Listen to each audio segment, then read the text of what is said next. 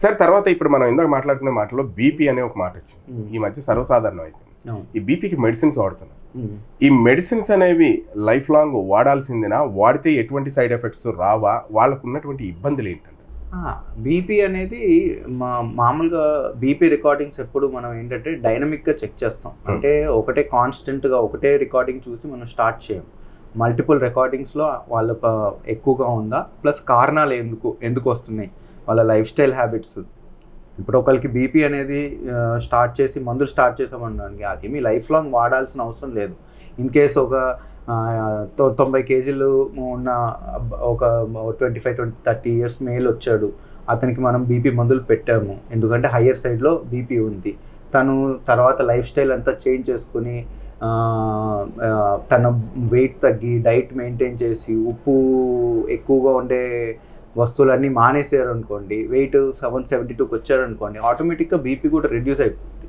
అప్పుడు మనం మెడిసిన్స్ ఆపేయచ్చు కూడా. అంటే మనిషి వెయిట్ని బట్టే బీపీ పెరుగుతుంది అంటారు? ఓన్లీ వెయిట్ కాదు, దాంట్లో అదే నేను చెప్తున్నా, అదర్ ఫ్యాక్టర్స్, స్మోకింగ్, డ్రింకింగ్, మనం తీసుకునే డైట్, ఉప్పు ఎక్కువ ఉన్నవి ఏవి తీసుకోవద్దు. సో ఇవన్నీ కూడా అంటే మనకి డాష్ డైట్ అని ఉంటుంది.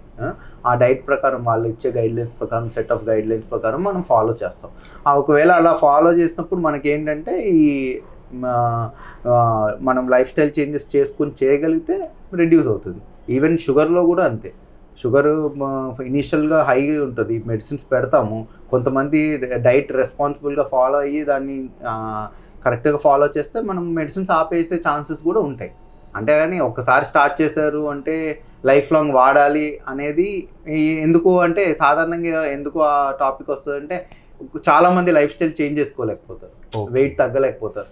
ఇప్పుడు నేను చెప్పిన ఇన్స్టెన్సెస్లో తగ్గిన వాళ్ళు మీరు 100 పేషెంట్స్ని చూస్తే ఒక 3-4 చూస్తాం. మిగతా 90-95% వాళ్ళు ఏమీ చేంజ్ అవ్వరు, అదే లైఫ్ స్టైల్ మెయింటైన్ చేస్తారు. అలాంటప్పుడు వాడాల్సిందే మెడిసిన్స్.